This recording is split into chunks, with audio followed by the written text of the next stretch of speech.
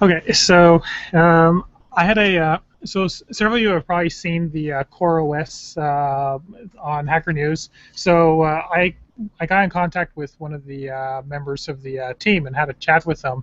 And unfortunately, they didn't have they weren't able to get here to talk about their project. So I volunteered to mention a little bit about what they're trying to do. Uh, so just from the website side, for those of you who are online can take a look at their website, so you already see this. The basic idea was to try to create a operating system that all it does is it boots up and then runs Docker containers and provides support to configure them in a distributed manner. So so in terms of all of its running is literally just the kernel plus a really simple image they have and Docker. So they also have a distributed configuration system that's very similar to Zookeeper that was written in Go that allows you to maintain your overall configuration. So some of the things that we spoke about was that they want to try to make a platform for building distributed platforms on top of. Now, as Solomon mentioned earlier, with some of my work with Hadoop, this has some interest for me, where I would like to have Hadoop clusters running on Docker in an easy way, and without incurring the cost of virtual machines. And so this is a good step towards that direction. At the moment they have their production image down to about 99 megs. They're pushing to work that lower. They said that they're able to boot in under a second as well. So literally, you turn it on, your system's ready. You start running your Docker commands. So from an enterprise perspective, with having to spin up new systems, there's definitely a lot of value in that area. They have a team right now. So actually established a company to build this, and on their team is the person who is responsible for OpenSUSE. He wrote UDEV, and he also is responsible for shipping kernel releases. So he's able to pull in a lot of expertise plus additional support from other areas of the Linux community in order to try to make this happen. They're pretty friendly bunch. If you go to Freenode CoreOS, I'm pretty sure you can engage in some pretty good discussions with them. They have on their website an alpha sign-up sheet, so eventually they'll provide the ability to actually start working on this. So they're not at a state where you can work on it just yet, but they do have a GitHub repo. So if you go to github.com/coreos, you can see the work that's been done. I don't know what state it's in at the moment, but I'm pretty sure if you want to try to get it running, that they'll help you out in order to get that initial run if you want to start working on it.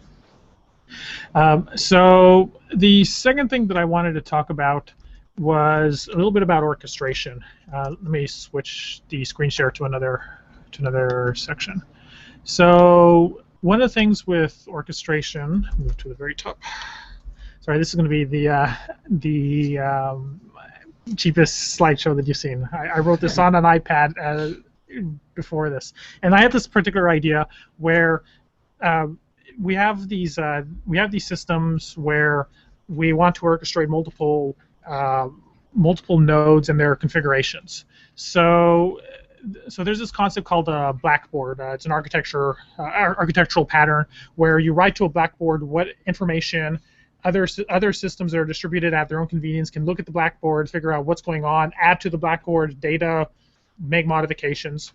And so one of the ideas that came up from CoreOS is that they've created a distributed hash table crossed with the blackboard. So you have the ability to perform atomic modifications of configuration data. So the idea in this particular case is that the bigger boxes on the bottom are physical systems with Docker nodes where the configuration is stored within the blackboard. So the idea would be, a system would say, or an administrator would say, I need some feature. I need feature X. and I need some constraints. Constraints could be memory constraints. They could be distribution constraints, Ubuntu versus something else, or maybe constraints based upon what applications are already on that system. Like maybe you want to run MapReduce and you want to run your MapReduce clients on the same system that already have the Hadoop file system nodes, so that way you get locality. And so a system, let's say this is system 3, says, I volunteer to provide feature X. And it posts that to the blackboard, and then its responsibility would be to grab whatever configuration it needs from the blackboard, spin it, use that information, basically its lifecycle information, to spin itself up, and basically it adds itself to the volunteer list. So these will be like a list of where the volunteer list says I need 4 nodes to do this, and then nodes will sign up if they meet the constraints in order to provide that particular functionality. So I think we can build a system that is similar to what you saw previously with Maestro, but designed specifically for distributed infrastructures. So my intention is I'm going to try to build this,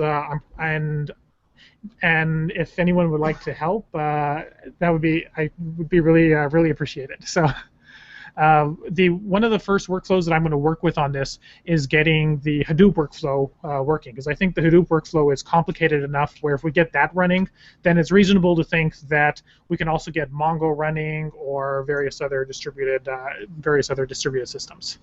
So come talk to me afterwards if you're interested, and we'll see about exchanging information and seeing what we need to do in order to get started. So that's it for now. Can you write down your contact? Oh, sure. Let me share it. Okay, so let me screen share. So go to Scratch. Okay, so my contact information is fkautz at umai.cmu.edu.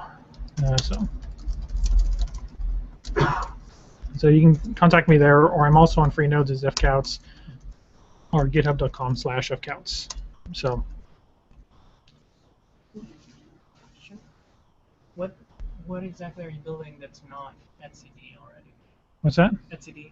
Oh, so etcd is basically like Zookeeper. It keeps configuration information, but it doesn't actually go off and spawn systems, create configuration, the actual configuration itself. So I could be wrong about that. Part of it is part of the plan is to evaluate what does it provide, and if it already provides everything we need, then we're done and then we abort the project. But my understanding of it from what they mentioned is that it is only a distributed hash table that stores configuration. So and I write in that, I guess that one of the results of this project based on configuration, Docker fired up. Right. So you modify the configuration. The other systems will greedily go ahead and fire up. So there'll be a process that is monitoring this, or most likely a Docker container that is monitoring this and basically attaching it. And part of it is what I don't want to do is I don't want to tie it to the CoreOS repository. I want it to maintain separate. So if you want to run it on an Ubuntu host, a CentOS host, or whatever a system, the requirement is Docker, and the etcd library itself, the ability for it to communicate with other nodes.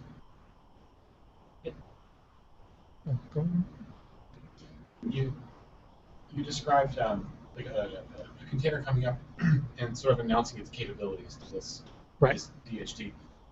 I mean, there's a wide spectrum of what that could look like. From one end, just a container saying like, "Hey, I'm a Postgres 9.2 server," and the other end you have like Bizdle, right? Like where in that continuum are you think that's going to look? So I think it's going to depend on the developer in terms of who's creating. So the idea that I was thinking of was to give a bit more clarity was I guess similar to a cross between like how Storm works, where you publish a topology up. So you would create basically a finite state automata that specifies the life cycle, saying that you move in order to add a node. Here are the set of steps you have to follow in order to establish that node. If you want to deprovision a node, here's a set of steps you have to follow to properly deprovision those nodes. And then as you change the configuration of the system, then the nodes will intelligently, well, to some degree, intelligently work things out. So the actual complexity is pushed towards the graph to some degree. So that's probably going to be one of the more complex area, is figuring out how that particular graph looks. What is the right level of abstraction? But yeah, I agree, because it's sort of like what. Pushing out, like, say, we're going to provide HTTP. I was thinking more in the sense like I have a service that provides HTTP, this particular website or this particular type of database, and then pushes that out, as opposed to I provide a single, like, or I provide a HTTP server or a WSDL or so on. So this to me sounds like a scheduler. Right. Have you looked at Mesos or read the Omega paper?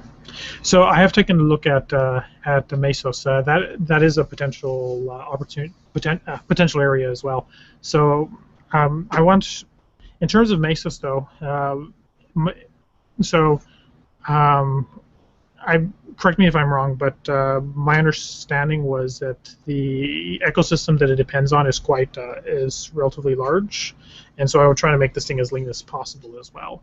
I could be wrong, and I'm going to investigate what's available first in order before I like dive in. But I want to seriously consider. I want to consider what's available and figure out from there. So like if it turns out that there's a project that already does this to some degree, or that we could extend out, maybe we extend out Mesos a little bit and then we're done, then fantastic. So the end result is, there's an end result that I want. If it turns out that Mesos fits in very nicely with that, then I'll definitely go with that particular approach. So there are three things. One, Mesos is like, I was under the impression it was like on the JVM because it came out on Twitter, but it's not. It's actually written in C++. It's also not a scheduler. It's a framework for schedulers, which is really cool. So you can implement your own scheduler that does your own logic. But it does do the whole like announcing of resources available to the scheduler. So it has that infrastructure there. But then what's interesting is that it's based on Google's board, but now they're doing Omega, and Omega is more or less similar, except it's not message passing. It's actually more like your architecture, where there's a common state of the cluster that everybody sort of reports to, and then they all kind of fight over resources, but they all know what those resources are, as opposed to like getting offers from various things. So the Omega paper is also public. Okay, well, I'll go ahead and I'll take a look for that. I'm thinking about this a lot too for Flynn. So. Yeah, and I mean part of what I was looking at from a design perspective was I wanted to make something that is not reliable on a single node. I want to be able to deprovision nodes or upgrade systems over time. But yeah, I'll take a look at those particular papers, and that's part of the idea that I was thinking of, was to have systems basically fight over resources. So a couple examples is. If you've worked within a continuous integration environment, you've seen nodes where you'll have a capability saying, I provide Java, or I provide Windows, or so on. And then it looks for a node that meets those particular capabilities. So I was thinking of something similar, but except where the resolving is done at the client level, and the attributes could be dynamic. Like if you know a particular system or particular database takes 5 gigs of memory to properly run, and you have 16 gigs worth of memory available, then you know that if you only have 3 left of available memory, you don't want to stick it onto that particular system. So that system will automatically opt itself out. Of course, like that's going to be a bit difficult in some cases to figure out, but just the basic idea is to try to work out a set of capabilities. And so yeah, I'll take a look at those particular areas. This overlaps a lot with service discovery when you factor in metadata for services, because you can model a host as a service and then have metadata saying, here are my resources. Yeah, and usually like you have like a static configuration, and then you have dynamic, like what does a real world look like? So it'll be like static information published, maybe the potential to even pin certain nodes down. You say this particular node has this flag on it, which says it will only be used for this particular feature or this particular system. So, yeah, so I wanna see if we can build something like that for Docker. So I think that if we can get that down, and if we can get that down really well, then we have I think that we can provide something that would benefit the community at large. So yeah, well, thank you.